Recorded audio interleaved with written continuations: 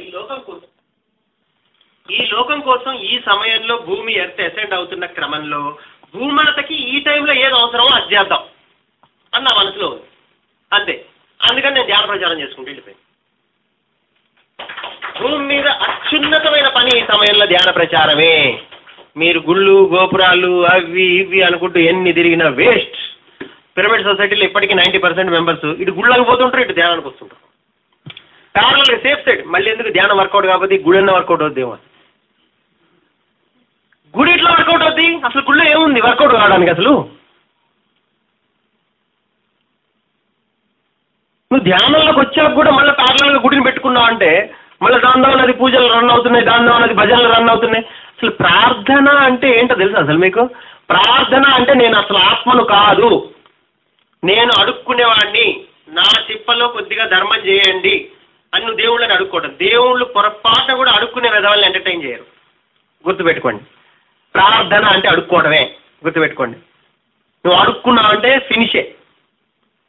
అడుక్కున్నాడు bill కట్టాలి మన తర్వాత ఏదో ఒకరోజు. నువ్వు అడుక్కున్నది పొందుతావు. తిరుపతి పోతే నువ్వేదో పొందని అనుకుంటావు గుండు కొట్టించుకొని రాగానే, నాకు అది వచ్చింది ఇది వచ్చింది తిరుపతి పోయి వచ్చాక అని. నా అట్లా ఏం లేదు. నీకు రావాల్సింది వచ్చింది, ఏవో అడ్డం పడుతున్నాయి. బహుశా తిరుపతిలో అవి క్లియర్ అయిపోయింది నువ్వు ఆ మెట్లు ఎక్కడం వల్ల. అట్లా. సో మీరు కొన్ని పుణ్యక్షేత్రాలకి వెళ్ళటం ద్వారా ఆ ప్రదేశంలో ఉన్న శక్తి మీ శరీరం లోపల ఉన్న సూక్ష్మ శరీరంలో ఉన్న కొన్ని బ్లాక్స్ని రిలీజ్ చేసేస్తుంది. ఫర్ ఎగ్జాంపుల్ కింద నుంచి నడిచి పైకి ఎక్కామనుకో తిరుపతిలో, ఈ కింద నుంచి పైకి ఎక్కేటప్పుడు మీకు ఆయాసం వస్తుంది, మధ్యలో నడుస్తూ ఉంటారు, ఎక్కుతూ ఉంటారు, దిగుతూ ఉంటారు, పోతూ ఉంటారు, పైకి ఎక్కుతారు. 7 కొండలు ఎక్కేసరికి మీకు చాలా బ్లాక్స్ క్లియర్ అవుతాయి. ఆ విషయం మీకు తెలియదు.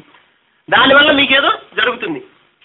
మీ జీవితంలో అసలు ఎప్పుడో రావాల్సింది రాలా, కానీ తిరుపతి వెళ్ళి రాగానే ఎందుకు ఏంటంటే మీ బాడీలో ఉండే బ్లాక్స్ ఏవైతే ఉన్నాయో అవి క్లియర్ అయినాయి.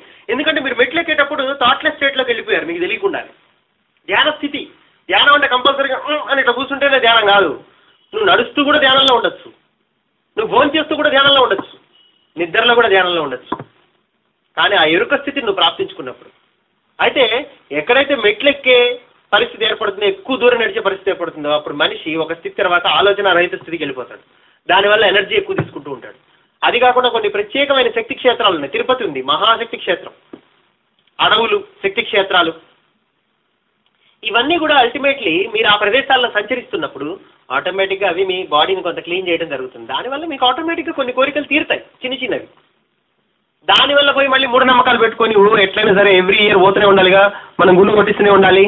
మనం ధ్యానంలోకి వచ్చా ఒకటే గుర్తుపెట్టుకోండి, ఈ ప్రార్థనలు విగ్రహారాధనలు అన్ని తీసి బయట పెడితేనే రండి ధ్యానంలోకి, లేకపోతే వద్దు. ఇటొక కాలు అటొక కాలు, అందులో కాలు ఇందులో కాలు, 2 పడవల్లో కాళ్ళు, మళ్ళీ అటుపక్క సంపాదన కావాలి, ఇటు పక్కన మళ్ళీ ధ్యానం కావాలి. ఇటు ఎట్లా వర్కౌట్ అవుతుంది? 100కి 100% నిర్ణయం తీసుకోవాలి, నేను చావా బతుక ధ్యానం అంటే. అట్లా వచ్చేయాలి ధ్యానంలోకి వస్తే. కానీ అంత సీరియస్గా మీరు ఎందుకు తీసుకోలేకపోతున్నారంటే మీ చుట్టూ ఉన్న సమాజం అంతా ఇంకా భౌతికంలోనే ఉంది అన్న భావనలో మీరున్నారు కాబట్టి. కానీ వాళ్ళు ఎంత భౌతికంలో ఉన్నా కానీ ఇదే భూమి మీద ఎంతో మంది కారణజన్ములైన ప్రజలు హిమాలయాల్లో నివసిస్తూ ఉన్నారు, స్వామీజీల రూపంలో నివసిస్తున్నారు. ప్రపంచవ్యాప్తంగా అన్ని దేశాల్లోనూ Richard Bach, Linda Goodman, Carlos Castaneda, Don Juan, ఎంతో మంది మాస్టర్లు మనకి మన కళ్ళ ముందే, పీటర్ రిచేలు, వీళ్ళందరూ కూడా మనకి లైవ్ ఎగ్జాంపుల్స్ అనమాట. ఫారిన్ కంట్రీస్లో జన్మలు తీసుకుని కూడా వాళ్ళు పూర్తి ఎరుక స్థాయిని పెంచుకుని వాళ్ళు పరమాత్మ స్థితిలోనే భూమి మీద జీవించి ఆ తర్వాత వెళ్ళిపోయారు. మీరు ఫోకస్ ఎంత లోపల పెడతారో గుర్తుపెట్టుకోండి. మీ ఫోకస్, మీ చైతన్యం అంటే ఒక బ్యాటరీ లైట్ లాంటిది. బ్యాటరీ లైట్, మీరు ఈ బ్యాటరీ లైట్ బయట వేస్తే బయట విషయాలన్నీ మీ దగ్గరికి వస్తాయి. అదే మీ బ్యాటరీ లైట్ లోపల వేసుకున్నారనుకో, లోపల ఉన్న అనంతమైన జ్ఞానం మీలోకి వస్తుంది.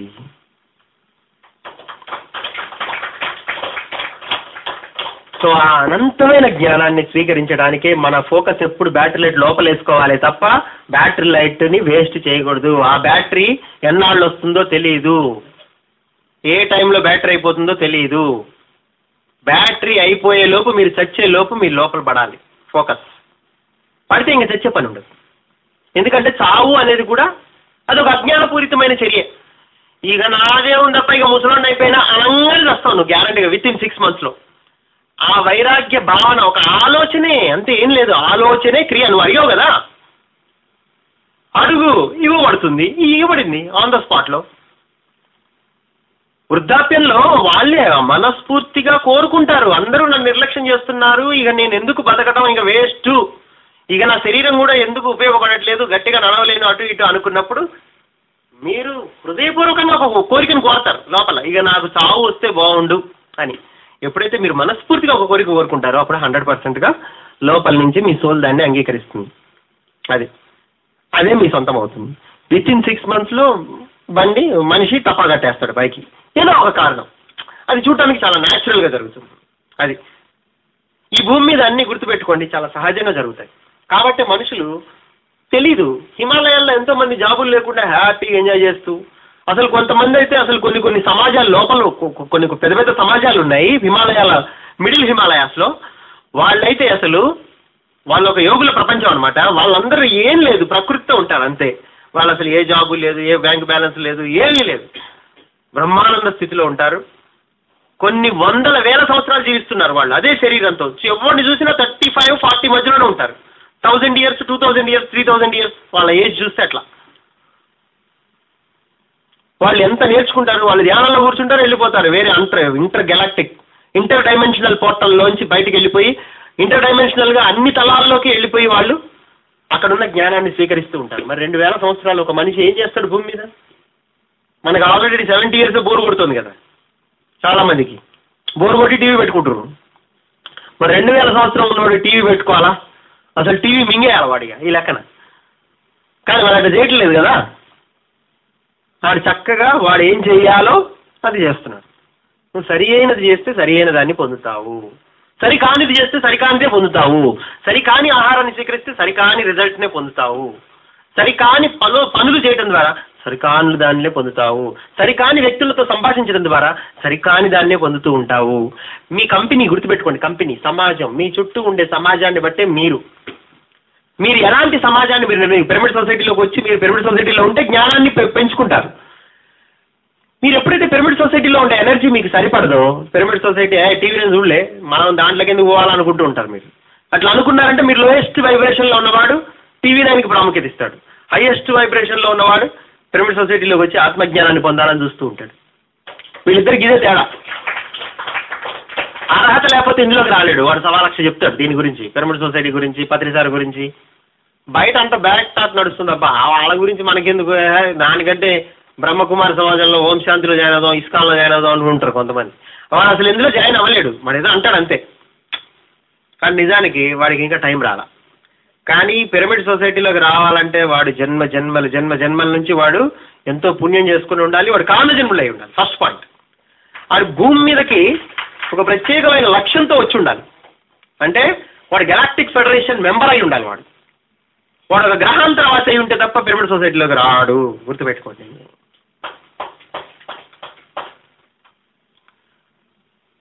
సో మరి ఇంత గొప్ప చరిత్ర ఉన్న మీరు ఇంకా భౌతిక జీవితాన్ని ఆలంబనగా చేసుకొని జీవిస్తున్నారే తప్ప ఆధ్యాత్మిక ప్రపంచాన్ని గురించి నిరంతరంగా ఆలోచించట్లేదు.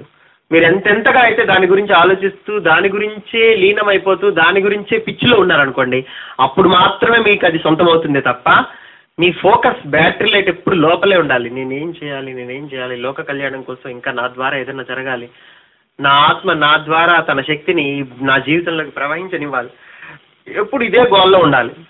అంతేగాని మెల్లగా పూజ చేసుకుందాం, మెల్లగా కాసేపు మళ్ళీ ఏదైనా గుళ్ళో పోయి పూజ చేపిద్దాం, మన బామ్మర్ది వాళ్ళు ఎలాగో చేయిస్తున్నారు కదా మనం కూడా పోయి మన గోత్రనామాలు చెప్పేద్దాం, పనిలో పని ఇది కూడా వర్కౌట్ అవుతుంది, ఇలాంటివి మర్చిపోండి. ఈ గుళ్ళకి చందాలు ఇద్దాం అయ్యి అని మర్చిపోండి అవన్నీ అసలు.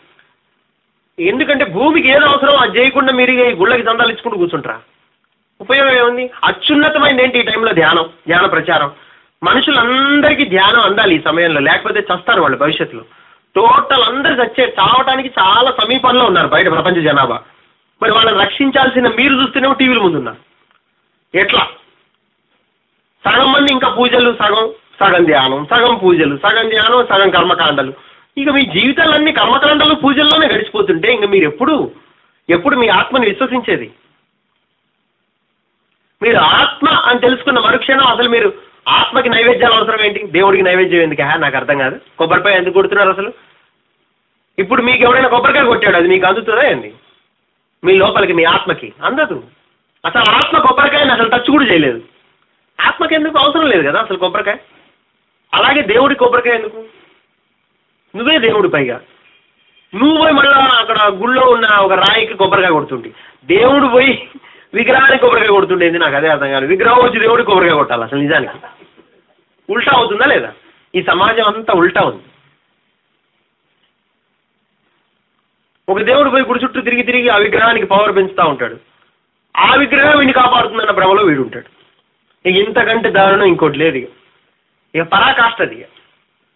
ఇన్ని రహస్యాలు తెలిసా కూడా మళ్ళీ రేపు గుడికి పోతున్నావు అంటే అది మరీ పరాకాష్ట, అది మరీ దారుణంలో దారుణం అది. సో కాబట్టి తెలుసుకోండి. ఈ రోజు నుంచి అన్నా నిజం ఏంటి అన్నది గుర్తిస్తే మీకు క్రమంగా విషయాలు అర్థమవుతాయి. ఎందుకంటే మీ నిజ జీవితం, మీ సాధారణ జీవితం ఏదైతే ఉందో అది ఒక జ్ఞానపూరితమైంది. మీ జీవితం చాలా, అసలు మీరు పక్కోడి జీవితంలోకి తొంగే చూడక్కర్లే. మీ జీవితంలోనే బోల్డంత నాలెడ్జ్ ఉంది. కాకపోతే మీరు అది నేర్చుకోలేదు. ఇప్పటి వరకు ఎరుకతో జీవించడం ఎట్లాగో మీకు రాలేదు కాబట్టి మీరు వాటిని నేర్చుకోలేకపోయారు. కానీ ఏ నుంచి ఎరుకతో జీవించడం నేర్చుకోవాలి అంటే గంటలు గంటలు ధ్యానం అవసరం, సాక్షితత్వం అవసరం. మీరు సాక్షిగా ఉండటం అంటే ధ్యానం చేయడమే. సాక్షితత్వాన్ని అలవరుచుకోవడమే ధ్యానం అంటే. అంటే మీరు కళ్ళు మూసుకున్నారు, చేతులు 2 కట్టేసుకున్నారు, కాళ్ళు 2 కట్టేసుకున్నారు.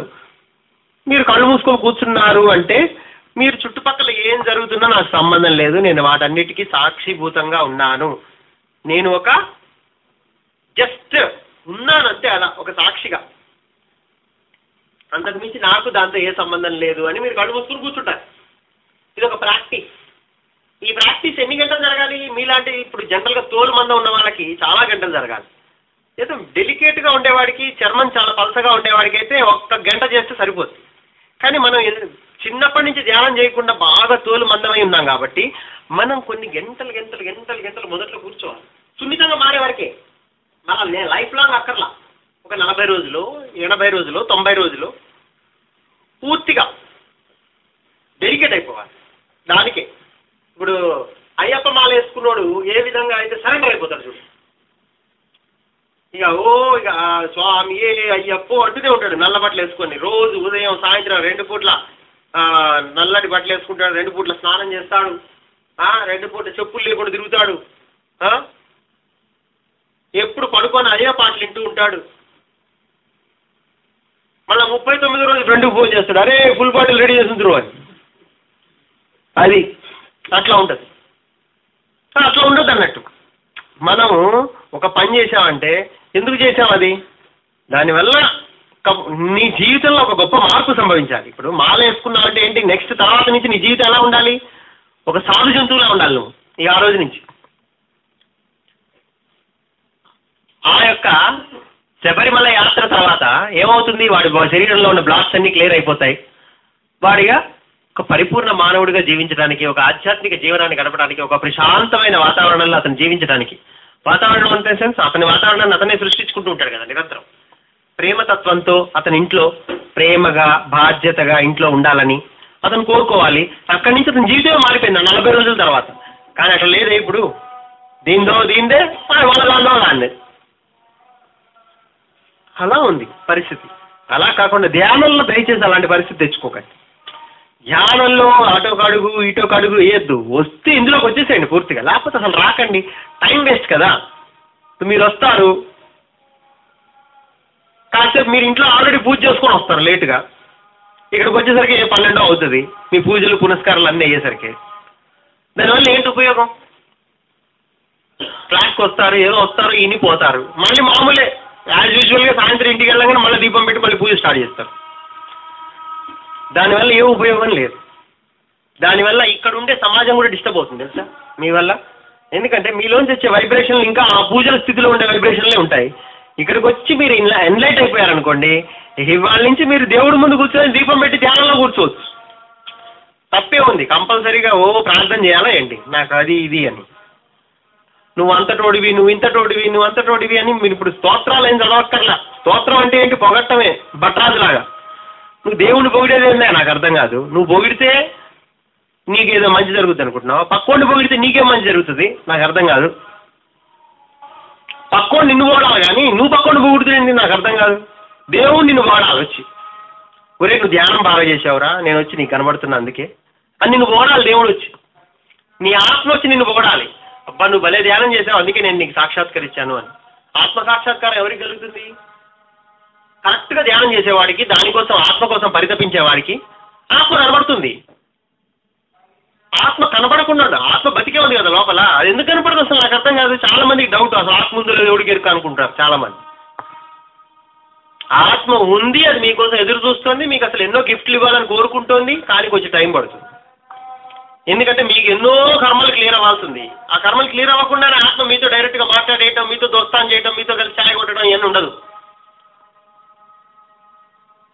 మీరు ఎన్ని కర్మలు క్లియర్ చేసుకుంటే మీరు ఒక అర్హత సంపాదించుకుంటారు తెలుసా? మీ శరీరంలో మీకు తెలియకుండా సమాజం ద్వారా అందిన గిఫ్ట్లు ఎన్నో ఉన్నాయి మీ బాడీలో బ్లాక్స్ రూపంలో.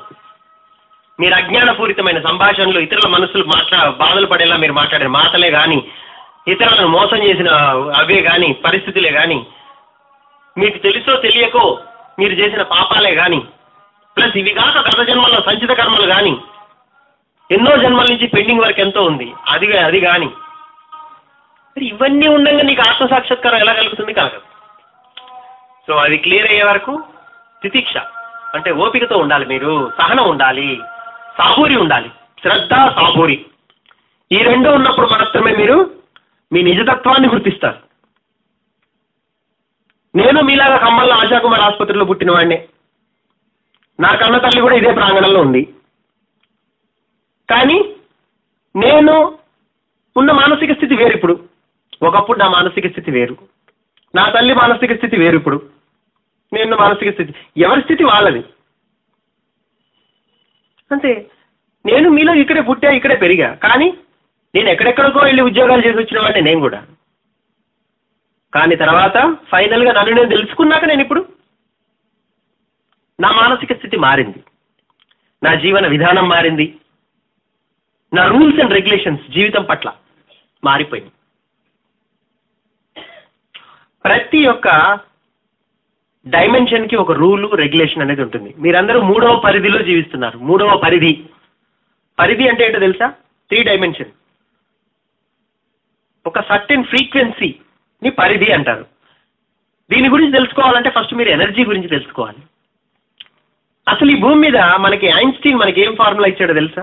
E=mc² అనే ఫార్ములాని ఇచ్చాడు మనకి. అతను ఐన్స్టీన్ అనే అతను ఎందుకు ఇచ్చాడు, ఎలా ఇవ్వగలిగాడు ఆ ఫార్ములాని అంటే, అతను ధ్యానంలో మాత్రమే అతను హయ్యర్ డైమెన్షన్ నాలెడ్జ్ని E=mc² అనే జ్ఞానం అతనికి మెడిటేషన్లోనే అందింది. అతను అలా ఉన్నత తలానికి సంబంధించిన జ్ఞానాన్ని భూమి మీదకి తీసుకొచ్చి దాన్ని ప్రతిపాదించాడు. అతను ఎంతో మేధావి అవ్వగలిగాడు.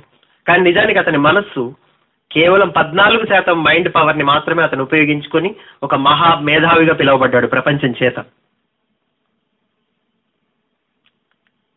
కానీ మీరందరూ కూడా 7%లోనే ఉన్నారు మీ మైండ్ పవర్ని యూటిలైజేషన్లో. చాలా మంది అయితే 1, 2, 3% దగ్గర ఆగిపోయిన వాళ్ళు ఉన్నారు. కొంతమంది మహా తెలివైన వాళ్ళు 7% యూజ్ చేస్తున్నారు. ఒక ఐన్స్టీన్ లాంటి వాడే 14% మాత్రమే వినియోగించుకుంటే ఆల్రెడీ అంత మేధావి అయ్యాడు. అంటే ఈ లెక్కన 20%, 30% యూజ్ చేస్తే మనిషి ఏమైపోతాడో ఒకసారి ఆలోచించండి. అలాంటిది బుద్ధుడు 100% యూజ్ చేసుకున్నాడు. శ్రీకృష్ణుడు 100% యూజ్ చేసుకున్నాడు బ్రెయిన్ కెపాసిటీని. ఓషో 100% యూజ్ చేసుకున్నాడు బ్రెయిన్ కెపాసిటీని. బ్రెయిన్ కెపాసిటీ ఎంతెంతగా పెరుగుతూ ఉంటుందో అంతంతగా మీకు పవర్స్ పెరుగుతూ ఉంటాయి. ఎందుకంటే పవర్స్ అనేవి ప్రత్యేకంగా మీకు ఎక్కడి నుంచో వచ్చేవి కాదు, అవి ఆల్రెడీ మీలోనే ఉన్నాయి. బ్రెయిన్ కెపాసిటీ పెరిగినప్పుడు ఆటోమేటిక్గా నీ మెమోరీలో, నీ సబ్ కాన్షియస్ మెమోరీలో ఉన్న జ్ఞానం అంతా మీ కాన్షియస్ మెమోరీలోకి వస్తుంది. వచ్చినప్పుడు మీరు ఆ శక్తుల్ని ఎలా వినియోగించుకోవాలి, ఎన్ని శక్తులు ఉన్నాయన్నది మీకే తెలుస్తుంది. కాబట్టి ఆ శక్తుల్ని మీరు వినియోగించుకోవాలా వినియోగించుకోవద్దా అనేది కూడా మళ్ళీ చాయిసే మీది. ఇప్పుడు పత్రిసార్ ఉన్నారు, వినియోగించడు. నీళ్లలో వేలు తిప్పి పెట్రోల్ చేయటం, లేకపోతే గాలిలోంచి విభూతి సృష్టించడం, ఇలాంటి చిల్లర పనులు చేయాల్సిన అవసరం లేదు ఆయనకి. ఆయన అసలు అలాంటివి ప్రూవ్ చేయడానికి రాలే. ఏదో చేసి జనాన్ని మసిపూసి మారేడుగా చేయాలని రాలా. ఆయన తలుచుకుంటే నిమిషంలో భూమి మీద ఉన్నటువంటి మీ కళ్ళ ముందే మాయమైపోయి మీ కళ్ళ ముందే ప్రత్యక్షం అవ్వగలడు. అసలు అట్లా ఎన్నోసార్లు ఆయన అక్కడ ఉండంగానే ఇంకొకళ్ళ శరీరంలోకి వచ్చి మాట్లాడిన సందర్భాలు ఎన్నో ఉన్నాయి. ఆయన బొచ్చడి సార్లు బోల్డ్ అంతమంది శరీరాల్లోకి వాకిన్ అయిపోతూ ఉంటాడు. అక్కడ ఉంటాడు, ఇక్కడ ఉంటాడు, మళ్ళీ అక్కడ కూడా ఉంటాడు, వైజాగ్లో ఉంటాడు, మళ్ళీ విజయవాడలో ఉంటాడు. అందరినీ ఒకేసారి వాకిన్ అయిపోయి వాళ్ళందరితో మాట్లాడి మళ్ళీ ఈ శరీరంలోకి ఆల్రెడీ ఒక చోట స్పీచ్ ఇస్తూ ఉంటాడు మళ్ళీ స్టేజ్ మీద. మళ్ళీ అక్కడక్కడో వేరే విజయవాడలో ఎవరి శరీరంలో ఒక వాకిన్ అయ్యి వాళ్ళకి ఏదో చెప్తూ ఉంటాడు. మళ్ళీ వైజాగ్లో అదే టైంకి ఇంకో శరీరంలో వాకిన అక్కడ చెప్తూ మల్టీ డైమెన్షనల్ సోల్ ఆయన. అన్ని శక్తులు ఉన్నాయి కానీ అవి బయటికి కనిపించవు. కొంతమంది సీనియర్ మాస్టర్లే చెప్తూ ఉంటారు, సార్ వాకిన ఇప్పుడు కొన్ని విషయాలు చెప్పి వెళ్ళారండి. అంటే పత్రి సారు ఒక మల్టీ డైమెన్షనల్ సోల్, అలాగే మీరు కూడా ఒక మల్టీ డైమెన్షనల్ సోల్. అయితే మీకు ఆ నాలెడ్జ్ ఎప్పుడైతే వస్తుందో మీరు మీ యొక్క శరీరాన్ని, మీ సూక్ష్మ శరీరాన్ని బయటికి పంపించగలుగుతారు. మీరు ఇక్కడ మాట్లాడుతూనే ఉంటారు, నేను ఇక్కడ క్లాస్ చెప్తూనే నా సూక్ష్మ శరీరాన్ని వేరే ప్రదేశానికి అంటే అమెరికా పంపించవచ్చు, లేదా ఇంకెక్కడికన్నా పంపించవచ్చు, మధ్యలో పంపించవచ్చు, ఇంకెక్కడికన్నా పంపించవచ్చు, వెళ్ళి అక్కడ పని చూసుకొని రావచ్చు. అలా మీ శరీరం నుంచి మీరు ఎన్ని సూక్ష్మ శరీరాలైనా రిలీజ్ చేసి ప్రపంచం 4 మూలలకు పంపించవచ్చు, విశ్వం 4 మూలలకు కూడా పంపించవచ్చు, వేరే గ్రహాలకు కూడా. అంత శక్తియుక్తులు మీలో ఉన్నాయి. దానికి సంబంధించిన జ్ఞానం మీ సబ్ కాన్షియస్ మెమొరీలో ఉంది, మీ అంతఃచేతనలో ఉంది. దాన్నే దివ్యమానసము అనే పేరుతో పిలుస్తారు. ఆ దివ్యమానసం అందరికీ ఉంది. విచిత్రం ఏంటంటే మీలో ప్రతి ఒక్కరికి మీకు ఆ దివ్యమానసం ఉంది, కానీ దానితో అనుసంధానం లేదు. దాన్నే అధిమానసము అని కూడా పిలుస్తారు. మీ చైతన్యంతో అది అనుసంధానమై ఉంటుంది. ఎప్పుడైతే మీ ఆ దివ్య మానసంతో మీరు అనుసంధానం అవుతారో అప్పుడు మీరే స్వయంగా దేవుడు. దేవుడు అంటే ప్రత్యేకంగా కిరీటాలు, వెనకాల చక్రాలు, తిరగటాలు ఇలాంటివి ఏమి ఉండవు, 4 చేతులు ఏముండదు. నీలో ఉన్న అనంతమైన శక్తుల్ని అవగాహన మీకు కలుగుతుంది. అక్కడి నుంచి మీరు ఏం చేయాలంటే అది చేయొచ్చు. కానీ at the same time me brain చాలా హై లెవెల్లో వైబ్రేట్ అవ్వటం వల్ల మీలో ఉన్నతమైన అవగాహనని కలిగి ఉంటారు. ఆ సమయంలో ఆ అవగాహన వస్తే తప్ప మీకు ఆ పవర్స్ రావు. గుర్తుపెట్టుకోండి, నాలెడ్జ్ అవగాహనతో పాటే పవర్స్ వస్తూ ఉంటాయి. ఒక హైయెస్ట్ అవగాహనలోకి వెళ్ళిపోయిన వ్యక్తికి మళ్ళీ వాడి పవర్స్ అన్నీ వచ్చేస్తాయి. ఆ అవగాహన వచ్చిన తర్వాత వాడు ఆ పవర్స్ని ఫ్రీగా ఖర్చు పెట్టమన్నా ఖర్చు పెట్టడు. లోక కళ్యాణానికి తప్ప నేను వాటిని వేటికి ఉపయోగించను, నేను ఉత్త మనిషిలాగానే బతుకుతా అంటాడు. అలా పవర్స్ యాక్టివేట్ చేసుకున్న వ్యక్తి ఇంకోటి ఏంటంటే ఆ పవర్స్ ఉపయోగించాల్సిన అవసరం కూడా రాదు. వాడు అట్లా ఉంటాడు అంతే. టైం టు టైం వాడికి అన్ని అందించబడుతూ ఉంటాయి. ఎందుకంటే వాడు ఆల్రెడీ దేవుడు కదా, ఇన్నర్ నుంచి పూర్తి ఎరుగుతూ ఉన్నాడు, ఆత్మస్థితిలో ఎరుగుతూ ఉన్నాడు. కాబట్టి అతనికి ఏది కావాలో అది నిరంతరంగా అందించబడుతూనే ఉంటుంది.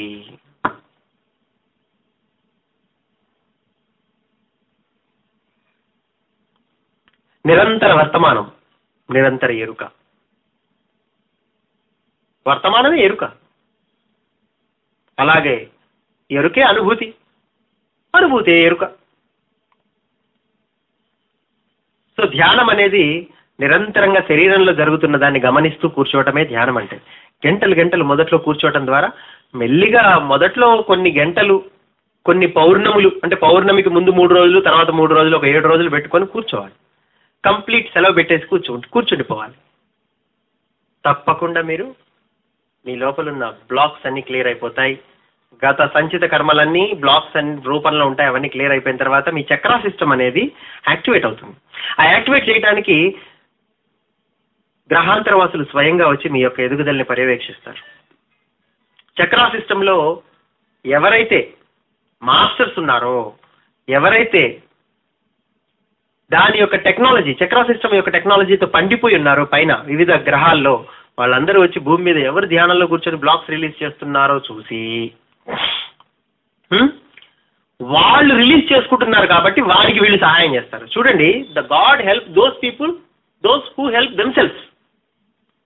భగవంతుడు ఎవరికి సహాయం చేస్తాడు తెలుసా? ఎవరైతే తనకు తాను సహాయం చేసుకుంటుంటాడో వాడికే దేవుడు సహాయం చేస్తాడు తప్ప వేరే వాళ్ళకి చేస్తాడు. అందుకే దేవుడు ఏం చేశాడంటే చాలా తెలివిగా గ్రహాంతర వాసులు మీరు వెళ్ళి కిందకి వెళ్ళి చేయండి ధ్యానం. అదే సహాయం చేయండి ధ్యానులందరికీ. వాళ్ళ చక్ర సిస్టమ్ మొత్తం స్కాన్ చేయండి, దాంట్లో ఉన్న బ్లాక్స్ అన్ని కడగండి, అన్ని చేయండి. ఆర్క్టూరియన్స్, ప్లైడియన్స్ ముఖ్యంగా ఈ కోవకి చెందిన వాళ్ళు. ముఖ్యంగా ఆర్క్టూరియన్ హీలింగ్ టీమ్ అని నేను కార్డు కొట్టించా. ఆర్క్టూరియన్స్ మనతో పాటు పోయినసారి ఇచ్చాను కూడా అందరికీ. ఈసారి కూడా మళ్ళీ తెచ్చాం మీ అందరి కోసం ఆర్క్టూరియన్ కార్డ్స్. మళ్ళీ తీసుకోండి, ఏం పర్లేదు. అది తీసుకొని లామినేషన్ చేయించుకోండి, అది దగ్గర పెట్టుకోండి. ఆర్క్టూరియన్స్ మీ ఇంట్లో ఉన్నట్టే. ఇంటి నిండా కర్పూరం చల్లండి, కూర్చోండి ధ్యానంలో. 2 గంటలు మినిమం ధ్యానంలో కూర్చుంటే చాలు. వాళ్ళు వచ్చేసి మొత్తం మీ బాడీ అంతా క్లీన్ చేస్తారు. కానీ మీకు మీరు సహాయం చేసుకోవాలని ఫస్ట్ మీరు అనుకుంటే కదా వాడు వచ్చి మీకు సహాయం చేసేది. మీరే ఇతరుల ప్రోత్సాహంతో ఎప్పుడో ఒకసారి ధ్యానం చేస్తే వాడు ఎందుకు వస్తాడు మీ ఇంటికి?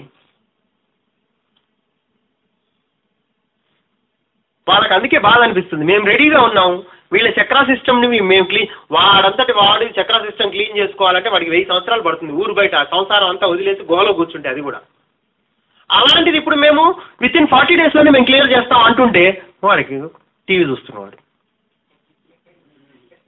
కార్డులు కూడా కొట్టించాం. హరికృష్ణ సార్తో కలిసి టైఅప్ అయ్యాం. భూమి మీద మా రిప్రజెంటేటివ్స్ కొంతమంది ఉన్నారు, వాళ్ళతో కలిసి మేము టైఅప్ అయ్యి కార్డ్స్ కూడా కొట్టించి వాళ్ళ ద్వారా మేము కార్డ్స్ పంచుతుంటే ఆర్క్టూరియన్స్ కి ఇప్పుడు ఇండియాకి నేను రిప్రజెంటేటివ్.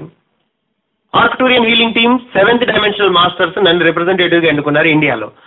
సో మరి ఆ ఇండియా వైడ్గా నేనే కార్డ్స్ అన్ని నేను డిస్ట్రిబ్యూట్ చేస్తున్నా. వాళ్ళే ఇచ్చారు, నా దగ్గర ₹1 లేదు. కానీ కార్డ్స్ మల్టీ కలర్లో ఆ కార్డ్స్ కొట్టించబడ్డాయి. 30,000 రూపాయలు అవుతుంది అది. కానీ నాకు ఫ్రీగా అందించబడ్డాయి ఆ కార్డ్స్. ఎలా అందించబడ్డాయి? ఆర్క్టూరియన్సే. వాళ్ళతో కలిసి నేను వర్క్ చేస్తున్నా, వాళ్ళ మెంబర్గా కాబట్టి ఇండియాలో. వాళ్ళు నాకు ఇచ్చిన కార్డ్స్ అవి. సో ఇట్లా వాళ్ళు వాళ్ళ రిప్రజెంటేటివ్కి పెట్టుకొని వాళ్ళు వర్క్ చేసుకుంటూ వెళ్ళిపోతున్నారు. మరి దాన్ని అందిపుచ్చుకున్నవాడు అదృష్టవంతుడు. ఈ టైంలో ఎవడు దొరకబట్టుకుంటే వాడు అదృష్టవంతుడే. మరి మీరు వాటిని దొరకబట్టుకోవాలంటే ఏం లేదు, గురువు చెప్పింది చెప్పినట్టు ఆచరించండి. ఇక్కడ చెప్పబడుతున్న విషయాలని నేను చెప్తున్నాను భ్రమలో ఉండకండి. అసలు నాకు సంబంధం లేదు. ఇక్కడ నీకు చెప్పబడే ప్రతి విషయము నేనేదో మీరు మా కమ్మ వాళ్ళు అని చెప్పేసి మీ మీద ప్రేమతో ఏమని చెప్తున్నాను అనుకోకండి. అసలు మీకు నాకు ఏ సంబంధం లేదు. ఈ ప్రాంతంలో నేను ఇక్కడే పుట్టి ఇక్కడే పెరిగాను, అది వేరే విషయం. కానీ నేను ఎక్కడున్నా ఆ వ్యక్తులకు సంబంధించిన నాలెడ్జ్ని నేను ఛానలింగ్ చేస్తాను అంతే. అంతకుమించి నేను ఒక మాధ్యమంగా ఉంటానే తప్ప నాకు ఆ నాలెడ్జ్కి ఎటువంటి సంబంధం లేదు. నేను మీకు ఏం చెప్పినా నేను కాదు, మీ పూర్ణాత్మ మీకు చెప్పాలనుకున్న విషయాలు నా ద్వారా అది మీకు బహిర్గతం చేస్తుంది అంతే. సో కాబట్టి ఇక్కడ చెప్పబడ్డ విషయాలు ఒక మనిషి చెప్పాడు అనుకున్న భ్రమలో ఉండకండి. మనుషులందరూ ఏం చేస్తారు తెలుసా? పిరమిడ్ సొసైటీలో ఉన్న పెద్ద ప్రాబ్లం ఏంటంటే చూస్తారు, ఈ మాస్టర్ మస్తు చెప్తున్నాడు, అంతా బాగానే ఉంది, ఇక ఈ మాస్టర్ నిజంగా ఆచరిస్తుండా లేదా అని మన మీద ఫోకస్ చేసి ఉంచుతాడు. ఇప్పుడు పుసుక్కు నేను ఏమన్నా అమ్మాయిని ఎక్కించుకొని పని మీద పోతున్నాను అనుకో, వీడికి ఇదంతా మర్చిపోతాడు. ఇక విచిత్రం చూడు. అసలు ఈ జ్ఞానానికి నాకు సంబంధం లేదు, అది మీ పూర్ణాత్మ మీకు ఇచ్చిన జ్ఞానం. కానీ నీ ఫోకస్ ఎక్కడ ఉంది? నా మీద ఉంది. నేను రేపు ఎప్పుడన్నా అమ్మాయిని ఎక్కించుకొని పని మీద పోతుంటే ఇక నీకు దాని మీద ఉంటుంది జాత అంతా, కానీ ఇది ఉండదు. ఇక అరే ఇలాంటి నీతులన్నీ మస్తు చెప్పాడు, ఆ రోజు చూస్తేనే బయట ఇలాంటి వాళ్ళు చూస్తుండు, ఇదంతా ట్రాష్ అప్ప అనుకుంటా. అదంతా ఏంటి మళ్ళీ చెప్పేది? మీ అహం మిమ్మల్ని ఇక్కడి నుంచి తప్పించడానికి ఒక ప్లాన్ వేస్తుంది, అది మాస్టర్ ప్లాన్. నీ బలహీనత తెలుసు కదా, నీ బలహీనత మీద కొడుతుంది దెబ్బ. ఎందుకంటే టీవీల్లో పొద్దున్న లేస్తే అలాంటి కార్యక్రమాలు జరుగుతుంటాయి కాబట్టి, సో అయ్యే చూపిస్తుంటారు కాబట్టి మీకు అయ్యే ఆలోచనలు ఉంటాయి కదా. అందుకని నీ మైండ్ ఏం చేస్తుందంటే వీడిని ఈ దివ్యమైన కార్యక్రమంలోంచి పక్కకి తప్పించాలంటే ఇగో ఈ సీన్ చూపిద్దాం, వీడికి ఫినిష్. వాడు అలాగే అపార్థం చేసుకొని ఇక వాడి జీవితాంతం వాడి బలైపోతాడు. సింపుల్. మీ అహం ఏదో ఒక రోజు మిమ్మల్ని చంపేసి ప్రశాంతంగా ఫీల్ అవుతుంది, రిలాక్స్. ఇప్పుడు మళ్ళీ కొత్త జన్మ తీసుకున్నప్పుడు చూద్దాం మళ్ళీ ఒక రౌండ్ అనుకుంటుంది. అది మిమ్మల్ని చావబట్టి చెవులు మోయటమే ఆహం యొక్క ముఖ్య లక్ష్యం అనమాట. దాని లక్ష్యమే అది. అసలు అది ఆ టార్గెట్ తోటే వస్తుంది ఎస్ మీదకి. విచిత్రం ఏంటంటే ఆ ఆహాన్ని బిల్డ్ చేసింది కూడా సొసైటీ.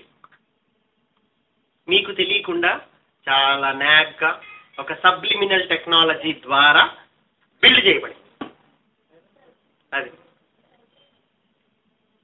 సో కాబట్టి టెక్నాలజీస్ అనేవి మీరు ఇంకా ఎక్కడ ఏ టెక్నాలజీలో ఉన్నారంటే ఎక్కడ జమానాలో ఉన్న టెక్నాలజీలోనే ఉన్నారు, ఇంకా 1940 టెక్నాలజీలోనే.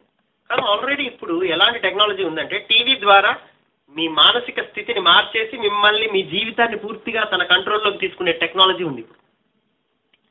జస్ట్ ఒక టీవీ చాలు మిమ్మల్ని గ్రిప్లోకి లాగేసుకోవడానికి, మీ జీవితాన్ని శాసించడానికి. వాళ్ళు మీ జీవితం మీద పూర్తి అదుపుని కలిగి ఉన్నారు. మీరు ఎలా కావాలంటే అలా అందులో కనుక యాడ్లు ఎక్కువ వస్తే యాడ్లు చూసి ఇంజనీరింగ్ చేయించే వాళ్ళు చాలా మంది ఉన్నారు. ఆ యాడ్లు చూసి హోటల్ మేనేజ్మెంట్లు చేయించే వాళ్ళు చాలా మంది ఉన్నారు.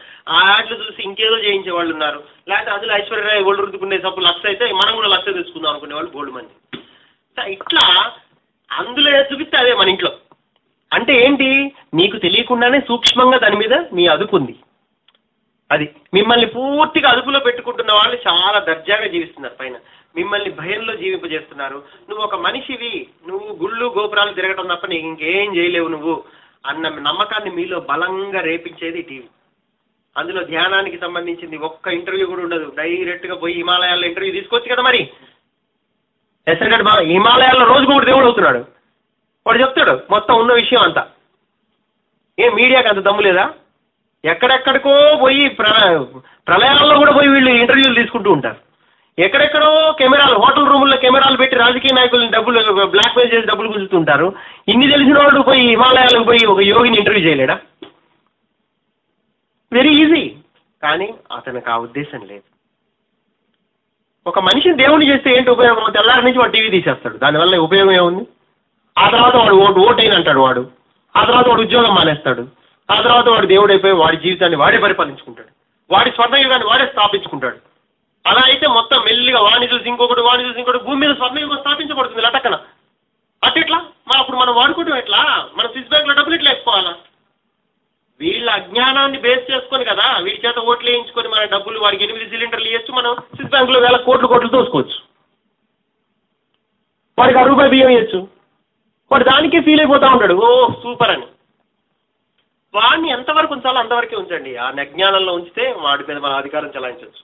వాడికి గనక జ్ఞానాన్ని ఇచ్చావో వాడి జీవితాన్ని వాడే పరిపాలించుకుంటాడు. మన అండర్లో వాడు ఉంటాడు. ఇక ఆడికి ఎవరిని వాడుకుంటావు నువ్వు? ప్రతి ఒక్కరు దేవుడు అయిపోతుంటే ఎవరిని వాడుకుంటావు నువ్వు? వాడి జీవితాన్ని వాడే సృష్టించుకుంటుంటే. ఇప్పుడు పత్రిసారి పోయి ఓటేస్తాడా ఏంటి? ఏడు పత్రిసారికి 8 సిలిండర్లు కావాలా ఏంటి? ఇప్పుడు ఆయన తలుచుకుంటే కొన్ని వేల కోట్ల పిరమిడ్లు నిర్మించబడుతున్నాయి ఆయన ఒక సంకల్ప శక్తితో. ఆయన ఫ్లైట్లలో తిరిగే మనిషి ఈ రూపాయి బియ్యానికి 8 సిలిండర్లకి లొంగుతాడేంటి ఆయన? మీరు కూడా అంతే. 4 రోజులు ఆగాక మీరు ఒక మహాశక్తిగా పరిణమిస్తారు. ధ్యానం చేసి చేసి చేసి చేసి ఆ తర్వాత మీరు ఈ 8 సిలిండర్లకు లొంగుతారా ఏంది? మీ వాస్తవాన్ని మీరే సృష్టించుకుంటారు. మీకు ఎలా కావాలంటే అలా అన్ని టైం టు టైం అన్ని సమకూరుతూ ఉంటాయి అంతే. మీరు ఏమీ అడగరు, అన్నీ మీ దగ్గరికి వస్తాయి. అన్నీ అంటే బెంజికారు వచ్చుద్ది అనుకోకండి, అట్లే ఉండదు. ఏం లేదు, మీకు ఈ టైంలో ఏది అవసరమో అది అందుతుంది అంతే. ఈ టైంలో మీకు మధ్యాహ్నం భోజనం అవసరమైనా చక్కటి భోజనం అందుతుంది. నువ్వు లటక్కన రోడ్డు మీదకి వెళ్తావు, సిటీ బస్ అందుద్ది వెంటనే. సిటీ బస్ ఎక్కడనే నీ సీటు దొరుకుతుంది. ఎవడో లటక్కన లేస్తాడు, అప్పుడే నువ్వు కూర్చుంటావు. వాడు ఆల్రెడీ ఎప్పటి నుంచో నిలబడ్డాడు, వాడు నిలబడే ఉంటాడు వాడు. కానీ నువ్వు ఇట్లా ఎక్కడన్నా నీ పక్కనే వెంటనే లేస్తాడు, నువ్వు కూర్చుంటావు. ఎందుకని అది అలా జరుగుతుంది? అది నీ జీవితంలో నీకు ఏది కావాలో అన్ని టైం టు టైం అవి అందించబడుతుంటే అది లక్ష్మి అంటే అదే.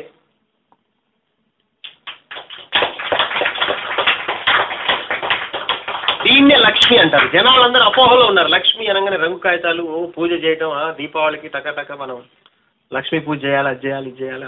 లక్ష్మీదేవికి కరెన్సీ నోట్లకి అసలు సంబంధమే లేదు. ఆమె నవ్వుకుంటుంది దెబ్బకి. కరెంట్ ఇదేంటి కరెన్సీ నోట్లకి నాకు సంబంధం ఏంటి? వీళ్ళు నాకు పూజ చేస్తున్నారు, దసరా పూజ అని, ఆ పని ఆ పూజ ఈ పూజ అనుకుంటా మనకి బిజినెస్ బాగుండాలా, డబ్బులు బాగా రావాలని లక్ష్మీదేవి పూజలు చేస్తున్నారు. అసలు నాకు దానికి సంబంధమే లేదు కదా అనుకుంటున్నా. కానీ చెప్పాలని ట్రై చేస్తుంది, కానీ ఎట్లా చెప్తుంది? ధ్యాని కాదు, కొన్ని ధ్యానంలో కనపడి చెప్తామంటే, కొన్ని కళ్ళలో కనపడి చెప్తామంటే వాడు కళలను గుర్తుంచుకునే ఉద్దేశమే లేదు. ఎందుకంటే ఆయన వాడిని పేర కళ్ళలు కంటుంటాడు. వాడి కళల్లోకి మనం ప్రవేశించలేము. ఎందుకంటే వాడు ఎప్పుడు లోయర్ డైమెన్షన్ కళలు కంటూ ఉంటాడు. వాడు ఎప్పుడు చీకట్లోనే ఉంటాడు కదా. అది అజ్ఞానపూరితమైన కళలు పేర కళల్లోనే ఉంటే వాటి తచ్చాడుతుంటాడు వాడు. అంటే లోయర్ డైమెన్షన్స్ ఉంటాయి, కొన్ని నిమ్న తలాలు ఉంటాయి, కొన్ని ఉచ్చ తలాలు ఉంటాయి, నిమ్న తలాలు ఉంటాయి. ఈ నిమ్న తలాల్లో తిరుగుతూ ఉంటారు చాలా మంది నిద్రలో. వాడి దగ్గరికి లక్ష్మీదేవి ఆడ వెళ్తుంది. పని కట్టుకొని ఇంకా కిందకి వెళ్ళాలంటే ఆ వల్లగా అట్లా కళల్లోకి రారు. అందుకే వాడు ఏమి చెప్పరు. అందుకే వాడి సోల్ ఏదో చెప్పడానికి ట్రై చేస్తుంది, అది వాడికి అర్థం కాదు, అలా వాడికి వర్కౌట్ కాదు. అందుకని సమృద్ధి, లక్ష్మి అంటే సమృద్ధి. అసలు లక్ష్మికి డెఫినేషన్స్ చెప్పాలంటే లక్ష్మి అంటే ధైర్యం, లక్ష్మి అంటే సమృద్ధి, లక్ష్మి అంటే ఏ లోటు లేకుండా ఉండటం, లక్ష్మి అంటే నీకు అవసరానికి ఏది అవసరమో అది రావటం, అంతవరకే, ఎక్కువగా. అది లక్ష్మి అంటే సాహసం, లక్ష్మి అంటే సహనం, లక్ష్మి అంటే కరుణ, లక్ష్మి అంటే ప్రేమ. ఇవి లక్ష్మికి రూపాలు. అంతే. లక్ష్మి, నా దగ్గర లక్ష్మి ఉంది అంటాను నేను ఇప్పుడు 100%. కానీ నా దగ్గర ఏం లేదే, నా ఇల్లు చూస్తే ఖాళీగా ఉంటుంది, నీ దగ్గర లక్ష్మి ఉంది అబ్బా అంటారు అప్పుడు అందరూ. అంటే వాళ్ళకి పైపైన కనపడేదే కావాలి, మూలం అవసరం లేదు. కానీ మూలం ఎప్పుడు మన దగ్గర ఉంటుంది. లక్ష్మీదేవి స్వయంగా మన దగ్గరే ఉంటుంది. విష్ణుమూర్తికి లక్ష్మీదేవి పెళ్ళమైంది, కాళ్ళు ఒత్తుతుంది, ఆయన భార్య అనుకుంటారు అందరూ. విష్ణుమూర్తికి లక్ష్మీదేవి భార్య కాదు, ఒక యోగికి పాదాలు ఒత్తటమే లక్ష్మీదేవి పని. ఏ యోగి కుండల్ని రేజ్ చేసుకున్నా, ఏ యోగి సహస్రార స్థితిలోకి వెళ్ళిపోయినా లక్ష్మీదేవి అతని పాదాలను ఆశ్రయిస్తుంది. పాదాలు ఒత్తటమే పని, కాళ్ళు ఒత్తుకుంటూ కూర్చోవడం పని. వాడికి ఏది కావాలంటే అది అన్ని సమకూరుస్తూ ఉంటుంది. ఆడ కూర్చోడం, పాదాల దగ్గర కూర్చొని వీడు కొనక్కర్లా అమ్మ అనుకుంటాం, ఆమె మీ పాదాల దగ్గర కూర్చొని కాళ్ళు ఒత్తుతూ ఉంటుంది. లక్ష్మీదేవి, యోగి పాదాలే శరణ్యం లక్ష్మీదేవి. దట్స్ ఇట్, అది బేసిక్ ఫార్ములా. కాబట్టి యోగి అన్నవాడు చాలా ఉన్నతమైన వాడు. యోగిగా మారు, యోగి భవ అర్జున అన్నాడు భగవద్గీతలో కృష్ణుడు. నువ్వు యోగివే కా అర్జున అని చెప్పాడు. యోగి ఎలా ఉండాలి అన్నది కూడా భగవద్గీతలో చెప్పాడు. యోగిగా మారడానికి అతను ఏం చెయ్యాలో కూడా చెప్పాడు. వెన్నుపూస నిటారుగా నిలిపి, దృష్టిని భ్రూ మధ్యలో నిలిపి, శ్వాసని బ్యాలెన్స్ చేసుకోవాలి లోపల. అది ఆనాపానసతి ద్వారా సాధ్యమవుతుంది. ఆనాపానసతి మొదట్లో వచ్చినప్పుడు దృష్టి భృకుటి మధ్యలో నిలపండి అన్నది కూడా ఉండేది ఒకప్పుడు.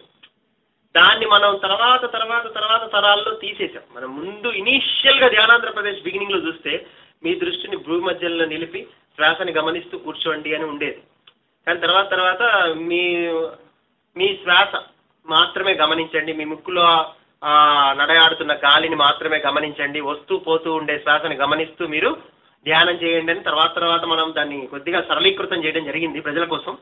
కానీ నిజానికి మొదట్లో పత్రిసారి కూడా క్లియర్గా ఇది చెప్పేవాళ్ళు, మీ దృష్టిని భ్రూ మధ్యలో నిలిపి శ్వాస మీద ధ్యాస పెట్టి ధ్యానంలో కూర్చోండి అని. సో ఎప్పుడైతే మన దృష్టి భ్రూ మధ్యలో నిలుపుతామో అప్పుడు తొందరగా ఆలోచనారహిత స్థితిని పొందుతాము, తొందరగా మన దేహం అనేది అనుభూతి స్థితిలోకి వెళ్ళిపోతుంది అని అర్థం. ఓకే.